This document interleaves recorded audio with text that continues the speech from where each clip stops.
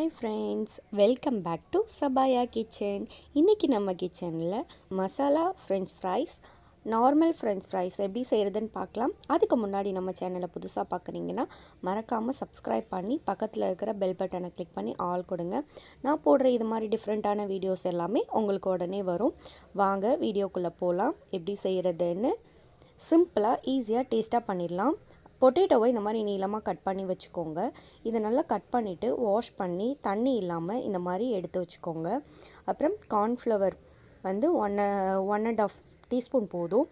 அதுக்கப்புறம் மிளகாய்த்தூள், கரம் மசாலா தூள், சாட் மசாலா, சால்ட் வந்து கொஞ்சமாக எடுத்துக்கோங்க.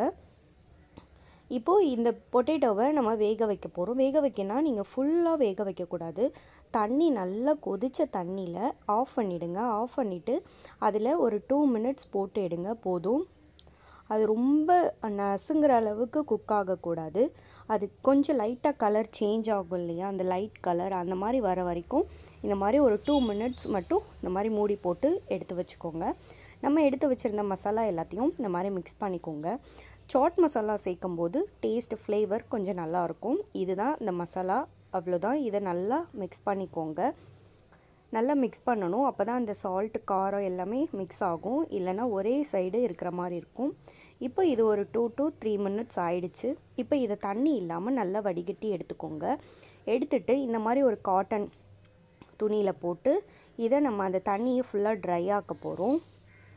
அதனால் இதை வந்து ரொம்ப ஃபோர்ஸ் பண்ணி அமுக்கிட வேண்டாம். லைட்டாக அப்படி தொட்டு இந்த மாதிரி அமுக்கி எடுத்திங்கன்னா அது எல்லாமே அந்த தண்ணி எல்லாமே போயிடும். நல்லா கொஞ்சம் ட்ரை ஆகிடும். ஸோ அந்த மாதிரி ஃபுல்லாக பண்ணி எடுத்துக்கோங்க. பாருங்கள், நல்லா ட்ரை ஆகிடுச்சு. இப்போ இதை ஒரு பவுலுக்கு மாற்றிட்டு நம்ம எடுத்து வச்சுருந்த 1 and half டீஸ்பூன் கார்ன்ஃப்ளவரை சேர்த்து நல்லா இந்த மாதிரி மிக்ஸ் பண்ணி விட்டுக்கோங்க. கார்ன்ஃப்ளவர் சேர்க்குறனால தான் நமக்கு ஒரு கிறிஸ்பினஸ்ஸான கிடைக்கும். ஸோ இந்த மாதிரி நல்லா மிக்ஸ் பண்ணிக்கோங்க.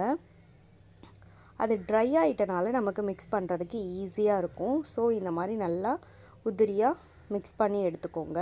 அது வேக வைக்கும் போதே நான் கொஞ்சமாக தண்ணி சேர்த்துருக்கேன். சால்ட்டு சேர்த்துருக்கேன். அந்த சால்ட்டோட அதுலேயும் சால்ட்டு போயிடும், அந்த பொட்டேட்டோவில் ஏறி இருக்கும். நம்ம மசாலாவில் சேர்த்துருக்கோம் கொஞ்சமாக. இப்போ ஆயிலில் வந்து ஹீட் ஆன பிறகு இதை நம்ம ஃப்ரை பண்ணி எடுக்க போகிறோம். அவ்வளோதான்.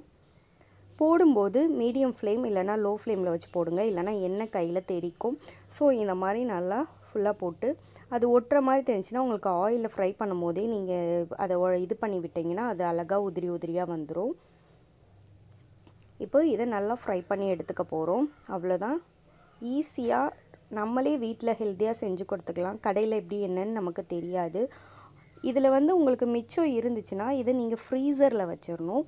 வெளியே வைக்கக்கூடாது. ஃப்ரீசரில் வச்சிட்டிங்கன்னா அது கட்டி ஆகிடும். எடுத்த உடனேயே நீங்கள் அப்படியே அந்த ஃப்ரீசரோடையே நீங்கள் ஃப்ரை பண்ணி எடுத்திங்கன்னா ஸோ டேஸ்ட்டாக இருக்கும். ஏன்னா நம்ம கடையில் வந்து அப்படி தான் நமக்கு தராங்க.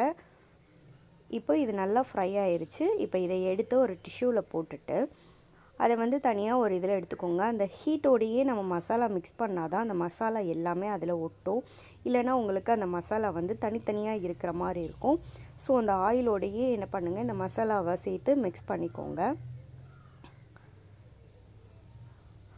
அவ்வளோதான். குழந்தைங்களுக்கு மசாலா பிடிக்கலன்னா நீங்கள் நார்மலாக சும்மா ஃப்ரையாக பண்ணி கொடுத்தீங்கன்னா அவங்க லைக் பண்ணி சாப்பிடுவாங்க. கண்டிப்பாக இது உங்களுக்கு பிடிச்சிருக்கும். ட்ரை பண்ணி பார்த்துட்டு எப்படி இருந்துச்சுன்னு கமெண்ட் பண்ணுங்கள். Thank you friends.